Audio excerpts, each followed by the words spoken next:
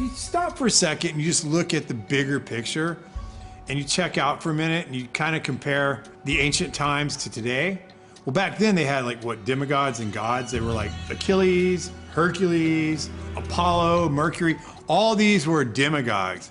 And that's who the people in those days looked up to. Well, today we have all these people like Jay-Z, Rihanna, Beyonce, Lady Gaga, Katy Perry.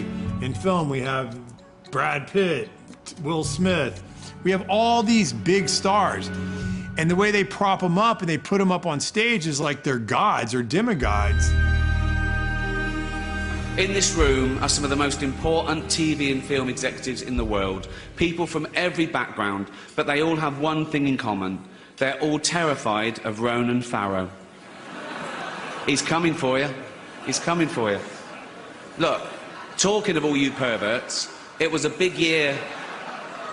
It was a big year for paedophile movies. Surviving R. Kelly, Leaving Neverland, Two Popes. Shut up. Shut up. I don't care. I don't care. Most people don't want to cross the psychological line that this stuff is going on. And we all have a mental defense mechanism. It's like finally admitting there's an elite pedophile ring. I mean, most people just don't want to go there. And the same is here.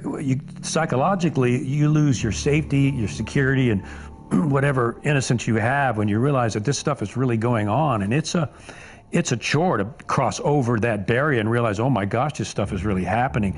And that's why it takes critical thinking. The people have got to look at this stuff critically and see what they're being fed so they can cross that psychological line that they just refuse to see it when it's right in front of them.